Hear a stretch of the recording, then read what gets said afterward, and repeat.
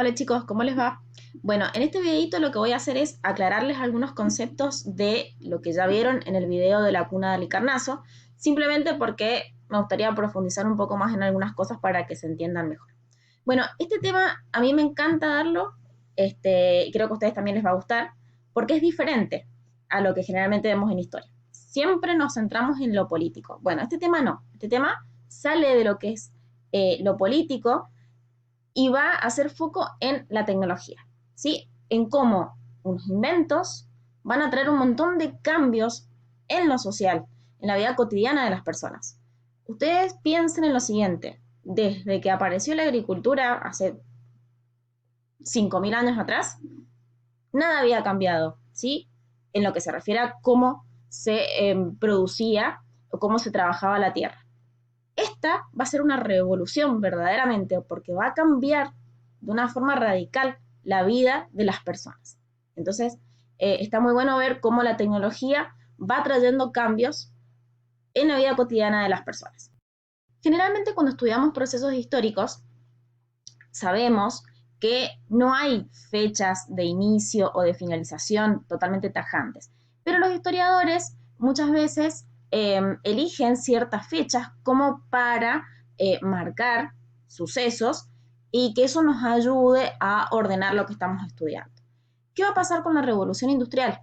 No hay fechas. No hay fechas de decir, bueno, la revolución industrial podemos considerar que comienza con tal evento, con tal suceso, tal día, de tal mes, de tal año y finaliza tal día, tal mes, de tal año. No pasa eso, porque como hablábamos recién, es una revolución que se da en el campo de la tecnología. Entonces, no hay fechas que se puedan establecer para estudiar este proceso. Pero sí podemos decir que todo este proceso se fue dando entre los años 1750 y 1850. Y también podemos decir que este proceso se inició en un país en particular, que fue Inglaterra.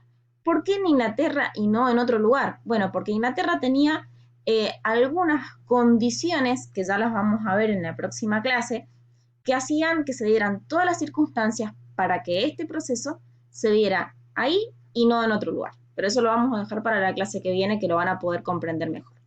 Bueno, todo este proceso de cambios, todo este proceso revolucionario, obviamente que tiene un origen, ¿sí? Van a tener causas, como todo proceso histórico, que acá en el video de la cuna de Halicarnaso se les llaman factores. Y al comienzo del video aparecen, acá en estos cuadritos, estos 4 factores que se consideran como origen de lo que va a ser este proceso de la revolución industrial. Bueno, el primero de estos factores que se mencionan en el video es una revolución agraria. Recuerden que la palabra agraria hace referencia a la agricultura, o sea que nos tenemos que ubicar espacialmente en el campo. Y ustedes dirán, ¿qué tiene que ver la agricultura y el campo con una revolución industrial? Bueno, es que en realidad van a ver que se hace una especie de efecto dominó, donde todo va a tener que ver con todo, y esta revolución agraria va a ser sumamente importante. Vamos a ver de qué se trata. El primer cambio que se va a dar tiene que ver con cómo se organiza la tierra para sembrar y cosechar. Ustedes saben que las plantas toman nutrientes de la tierra. Lo que quizás no sabían es que diferentes plantas toman diferentes nutrientes de la tierra. Entonces, una modalidad de cultivo que se usaba en esta época era esto que se llamaba el barbecho. ¿Qué significaba eso? Que si yo tenía una parcela de tierra, yo la dividía en 3. En una de las partes yo sembraba, por ejemplo, trigo, que tomaba ciertos nutrientes de la tierra. En otra sembraba avena, que tomaba otros nutrientes de la tierra. Y la otra parte de la tierra, ¿sí? Se la dejaba en barbecho. ¿Qué significaba dejar esa tierra en barbecho? Que no se hacía nada con esa tierra, se la dejaba descansar. Entonces, eso se hacía un año. Al siguiente año, era rotar el cultivo, ¿sí? Entonces, donde antes yo había sembrado trigo, ahora siembro avena, entonces toma otros nutrientes de la tierra. Donde yo antes había hecho barbecho, ahora siembro trigo. Y donde había sembrado avena, ahora lo dejo en barbecho, es decir, dejo esa tierra a descansar para que se recuperen los nutrientes. Y eso se iba haciendo año a año, ¿sí? Se iban cambiando las diferentes partes de mi parcela, se iban sembrando diferentes tipos de plantas y se dejaba una de esas partes descansar para que la tierra recuperara los nutrientes. ¿Cuál era la desventaja de este tipo de cultivo? La desventaja era que yo siempre iba a tener una tercera parte de mi tierra sin producir nada. O sea que yo acá estoy desaprovechando un tercio de mi tierra.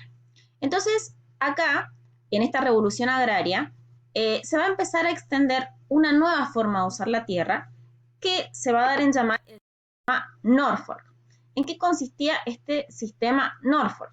También va a ser una especie de rotación de cultivos en la tierra. Pero acá va a desaparecer esa porción de tierra en barbecho que se la deja descansar. Y lo que se va a hacer con esa porción de tierra es sembrar estas plantas forrajeras como la alfalfa, el trébol, etcétera, que son plantas que nos van a servir para alimentar al ganado.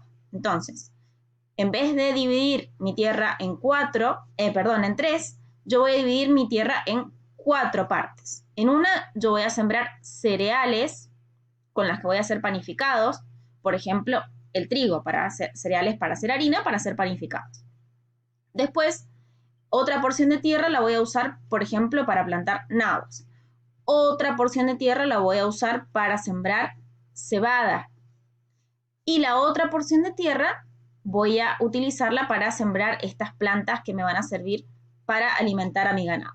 El año siguiente voy a rotar, ¿sí? En donde antes había plantado trigo, ahora voy a plantar alfalfa. Donde antes había plantado nabos, ahora voy a sembrar cereales. Y así.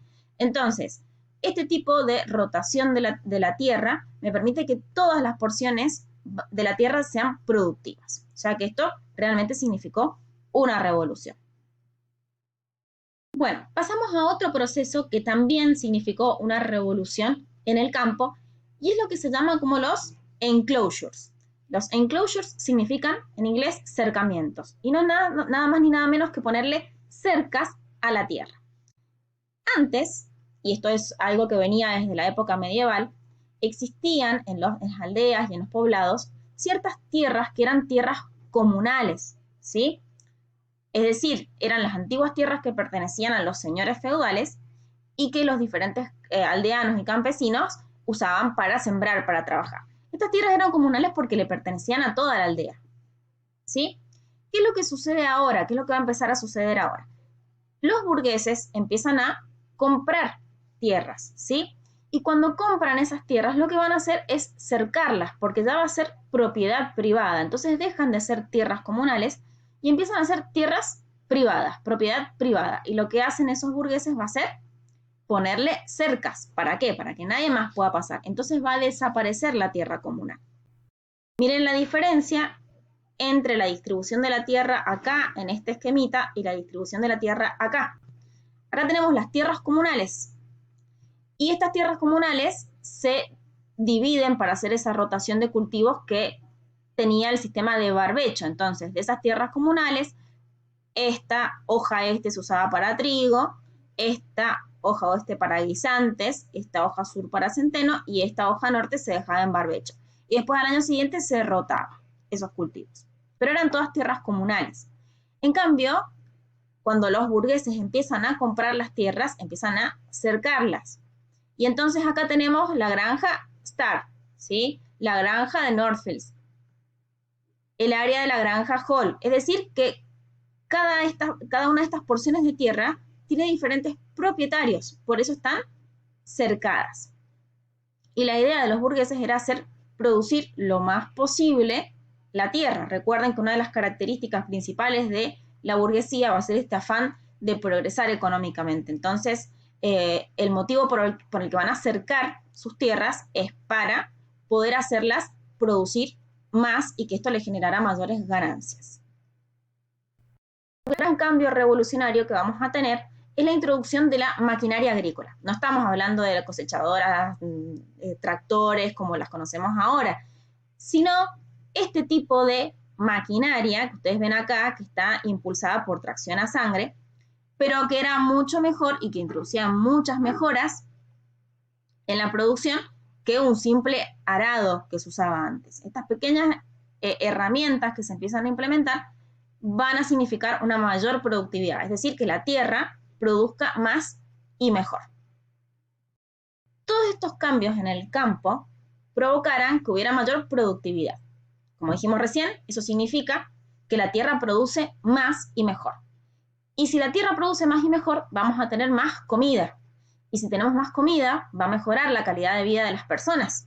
Entonces eso va a desencadenar el segundo factor que nos aparece en el video, que es una revolución demográfica. ¿Qué significa esta revolución demográfica? Que va a crecer la población. ¿Por qué? Porque si tenemos más y mejor comida, vamos a vivir más tiempo. Tenemos más y mejor comida, los niños que van a nacer van a tener una mejor salud y entonces ya no se van a morir. Y además, con este proceso histórico va a coincidir otro, que es el de los avances de la medicina. Esta va a ser una época en donde hay muchísimos progresos en el campo de la medicina, que a mí me gusta muchísimo también la historia de la medicina y que si a ustedes les interesa saber cuáles fueron los progresos más importantes de la medicina en esta época histórica, me lo dicen, para los que quieran, y les grabo otro videito contándoles un poco más al respecto. Entonces, tenemos una mejora en la agricultura que lleva a mejores alimentos, que nos lleva a una mejor calidad de vida y eso hace que la población aumente. Y esto también coincide con mejoras sanitarias en la higiene y en la medicina, que va a hacer todo este combo que haya más gente, una revolución demográfica. Vamos al siguiente factor, que va a tener que ver con este grupo social que cada vez estaba tomando más relevancia, más importancia y más poder, sobre todo económico, que van a ser los burgueses. Recuerden que los burgueses venían acumulando mucho poder económico, no poder político, eso ya lo vamos a ver en próximos temas, pero estos burgueses son los que van a impulsar un poco también esta revolución industrial, porque como les contaba, van a ser los responsables de cercar los campos, van a ser los responsables de implementar estas nuevas herramientas y maquinarias agrícolas, van a ser los responsables en implementar los nuevos sistemas de rotación de cultivo. Entonces ellos también van a ser los que impulsen esta revolución agraria y los que más tarde van a impulsar la revolución industrial. Porque van a ser los que tienen el capital, el dinero necesario para poder invertir en todas estas innovaciones tecnológicas que se están dando. Recordemos que los burgueses tenían como ocupación principal el comercio. ¿Sí? Eran profesionales, se dedicaban a la actividad financiera y sobre todo a la actividad comercial. Entonces, gracias a la burguesía vamos a ver un gran impulso en una expansión comercial, ¿sí? Donde ya no solamente vamos a tener un mercado interno, sino que además se va a buscar extender los mercados y vamos a tener un mercado global, un mercado mundial. Eso también va a ser gracias al empuje de los burgueses y también va a ser una de las causas o factores que intervienen en que se desencadene esta revolución industrial. Bien, espero que con los dos videos, este video y el de la Comuna de Halicarnaso, haya quedado este tema de las causas o factores de la revolución industrial bien claro. Si tienen alguna duda, me la comentan, por supuesto. Nos vemos, que estén bien. Chau, chau.